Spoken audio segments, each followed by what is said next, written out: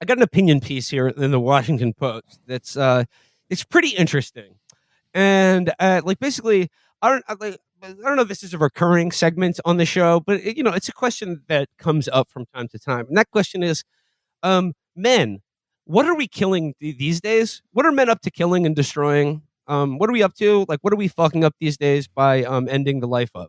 And the answer is houseplants. This is an opinion piece in the Washington Post by Karen Adia titled, "Why Do Men Kill Women's Plants?" And fellas, we've got some splaining to do because let's dive into this piece. Like, what is up with this? So she says here, begins, "There's that saying, it's better to be a warrior in the garden than a gardener in a war." I've never heard that saying before. Have you ever heard this phrase? Wait a minute. It's better to be it is better to be a warrior in a garden than a gardener in a war. Okay. Oh, I see. Why would a warrior be in a garden? I genuinely, it seems like sort of a truism. Is the warrior going to fight the plants? Wouldn't it just be better to not be in a war? Yeah. Yes, yeah, exactly. That's what I'm saying. And if it's better to be doing literally anything than doing the same thing in a war. Right, like if you were a gardener in a war, they would probably take the trowel out of your hand and give you a gun, and then you'd be a warrior in a war. You wouldn't be a gardener for long. Whereas you could be a warrior in a garden forever and just miserably failing to properly garden. Like, you can't leave the garden until you get like a crop to sprout, and you're just hacking at it with your sword. You have no idea what to do. That could suck.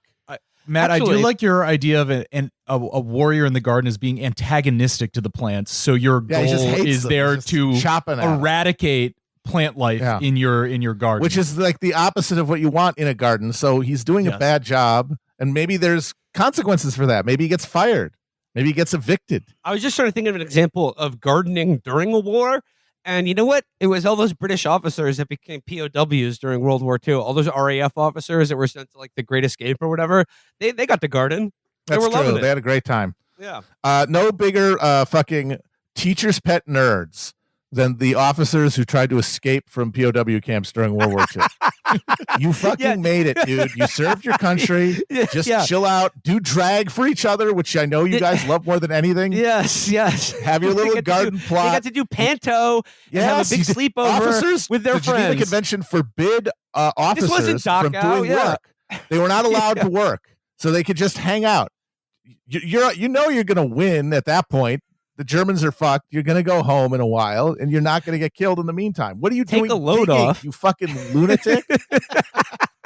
Assigning yourself extra credit in World War II? No, thank you. All right, but back to what? I mean, I say that as coming from a long line of cowards.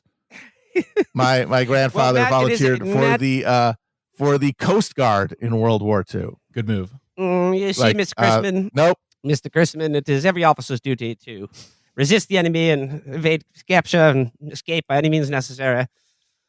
Stiff upper lip. Stiff upper lip. They're like, Matt, you've got tunnel duty, and you're like, these chrysanthemums aren't going to tend to themselves. Look, later tonight, we're all going to put broom mops on our heads and pretend to be beautiful ladies. Yeah, I'm gonna dress up as Betty Grable and have a sock hop. Leave us alone. That's the fun shit about war. Yeah. Well, I mean that's we just came up with a great example of being a gardener during the war, but let's see where the rest of this article goes. Nearly 3 years ago, one of my favorite trees in the world, my parents' 22-year-old fig tree, was butchered by some clueless landscaping warriors looking to make a quick buck. And now she includes in this a tweet that she documenting this at the time it happened, October 16th, 2020. She tweeted, putting her dad on blast on Twitter. She said here, "My dad let the tree trimmers massacre the fig tree, my favorite tree in the world. I am livid. I need to walk this off." And she says, months later, as I tearfully predicted, the tree was so injured that a large part of it died. And then another follow-up tweet. "Many of y'all remember my distressing tweet thread last year about the trimmers that came and massacred our tree. I wish it had a happier ending. What was once the beautiful wood of the fig tree is now being burrowed out by ants. It's like looking into the decaying corpse of my old friend. I wish I could go after the scamming land rapers who did this, but they aren't even a registered company." So like this certainly escalated. This article is going places, and I think like this fig tree is really kind of like just a stand-in for the fucked up relationship between this woman and her dad. When did this thing happen? When was the initial tweet? This happened like 3 years ago. God, and she's been thinking about it that long. Well, I mean, like the article is from September 1st. So, I mean, this shit is still in her mind. But she writes, I wrote about it at the time, utterly enraged at the landscapers and my father, who had allowed them to mutilate the tree. So angry that I took a pair of scissors and threatened to execute his favorite pothos right in front of him to give him a taste of how I felt. Like, see what I mean? Like, I don't think it's just the fig tree here, you know? Well, also, yes, this sounds like there's some Electra complex stuff going on here, but also you can't forget how psychotic the relationship is between Brits and their lawns, gardens, like their personal. Oh, this isn't a British person. What? This isn't a British person. There's not. This is a regular American. This is Karen. Okay, this person's she's educated at Northwestern University, BA in Communications Study. She joined. Yeah. See, I just assumed they were British because this is exactly the kind of shit that's always in the Guardian. You know, like my poppies were run over by some. This is like an Adrian Childs piece. Yeah. Yeah. I killed my wife's favorite tree. It looks like it's the death penalty for me by Adrian. Yeah, I was just like, yeah. oh, this has got to be. This is British. No, this is a regular American woman. Wow. See, I'm not quite sure where this is going, but I feel like that first paragraph is already a tell, because if she was motivated by pure love of natural growing things, then she would have an instinctive aversion of taking out the death of one green thing, the fig tree, on another growing thing, the pothos. It's not about the plants, it's about something else. Yeah. Okay. So she says here, she writes, after that column was published, I was flooded with tweets and stories from women whose spouses, boyfriends, fathers, and male neighbors had destroyed their favorite shrubs, flowers, herbs, even plants that had been handed down to them from long gone relatives. I was reminded of the fig tree fiasco a few days ago when my sister informed me that the same landscapers had come back and asked whether there was any pruning to do. My sister told me she pointed to the tall, spindly fig shrub growing from the tree's dead trunk stumps. Apparently, the men looked embarrassed, said sorry, and drove away. They're lucky I wasn't there. I would have threatened to prise the tires off their truck if they ever came back again. But that inspired me to put a call back out on Twitter, now known as X, for women to share their stories. And so she sends out the bad signal and says, I would still love to compile stories of women who had to deal with men destroying their gardens, favorite flowers, or trees and vines that have a long history. Hell hath no fury like a woman whose plants have been wrecked by mindless men. The responses I got here were, well, horrifying. If you're a plant lover, read at your own risk. Tree triggers ahead. Now, listener, before I embark on some of these horror stories, I would just like to have it stated for the record that I have had a jade plant for probably 16 or 17 years, the same jade plant. And it's going strong, and I hope to have it another 15 or 16. So I am one of the good ones, ladies. I will not let a plant die if I can help it. But listen to some of these responses. One reply says, I had a boyfriend that destroyed a gigantic and beautiful orchid.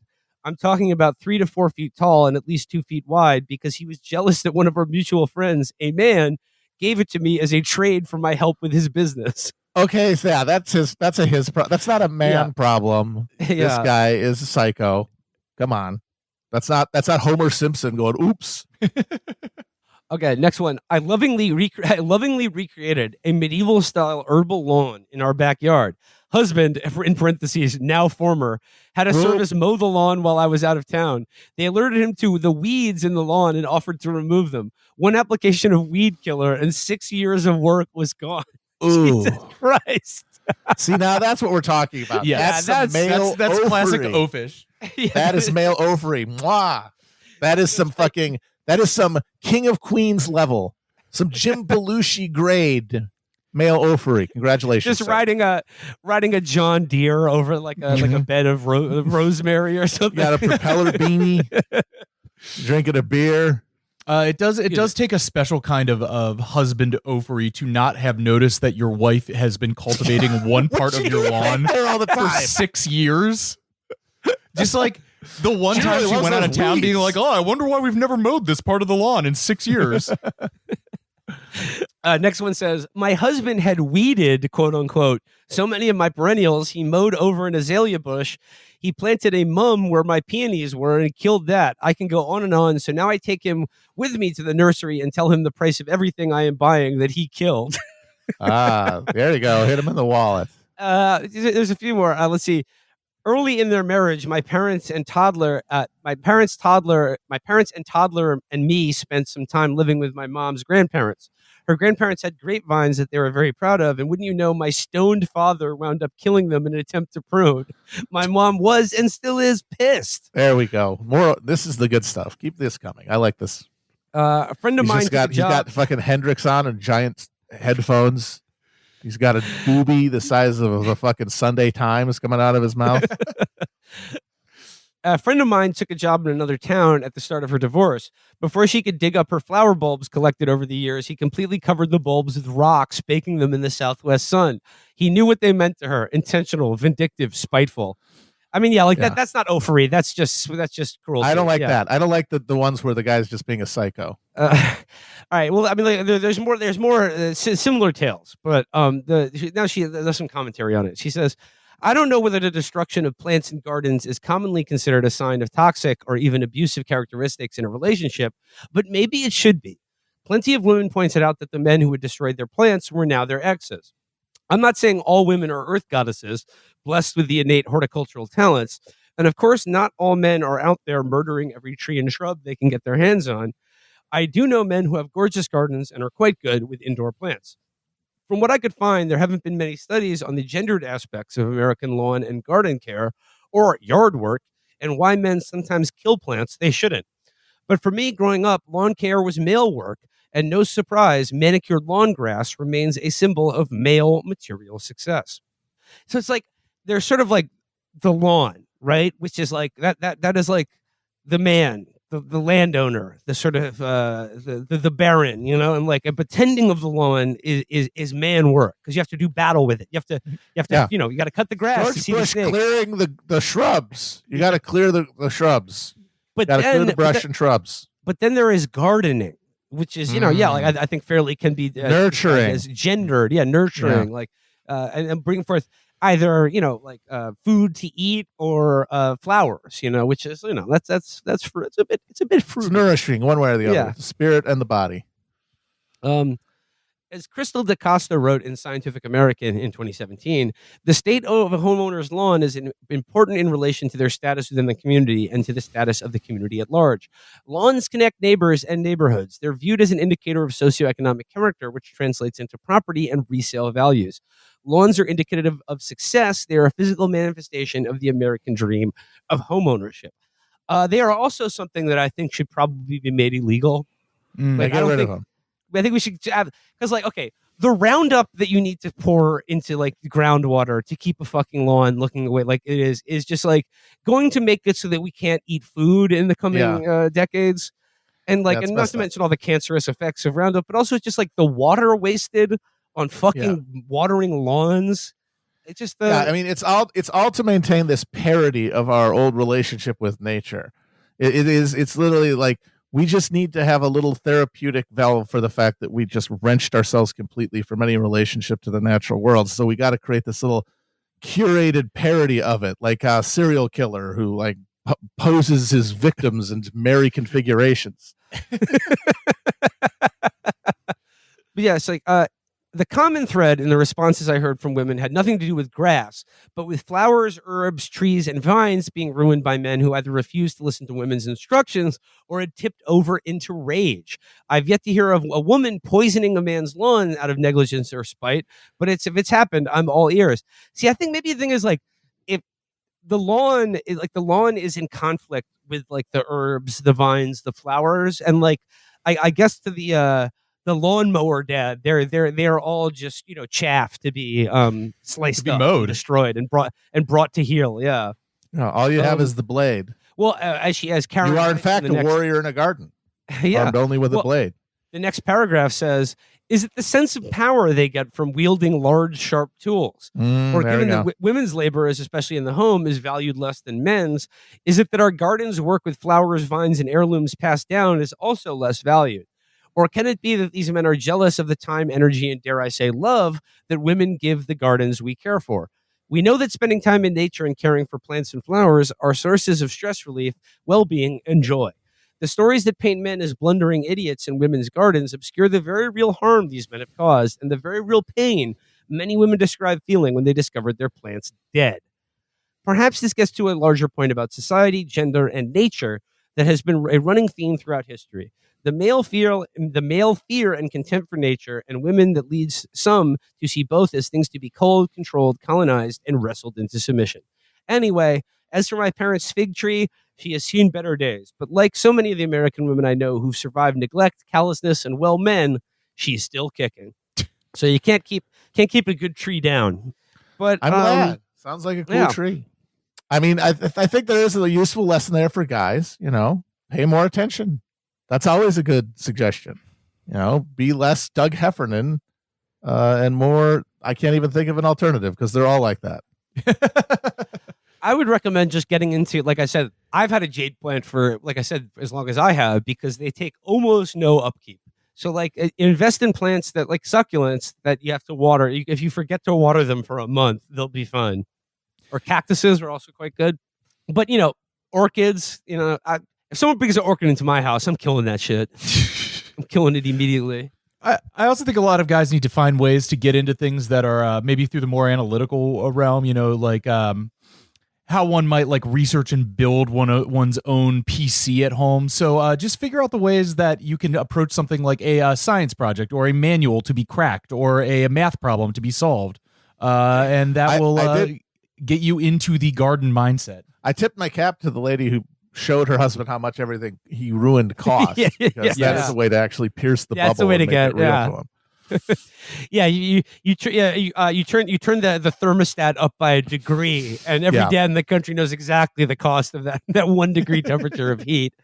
So like you said, just think of producing a beautiful bushel of heirloom tomatoes like a character build. Yes, exactly. You got to invest in the stats to get a delicious BLT. Yeah, think about like all the item fusions you need to do, or all the fetch quests you need to do to make a potion in Skyrim, and just apply it to your garden. It's all just gaming. Absolutely. Gamify your garden. All gaming. Gamify your garden. Thank you. Well, shout out to all the ladies whose husbands are taking a weed whacker to their precious hobby. Yeah. Ladies, solidarity with Oaf wives. The WOO, Wives of Oath. Woo is the new coalition that we are establishing today.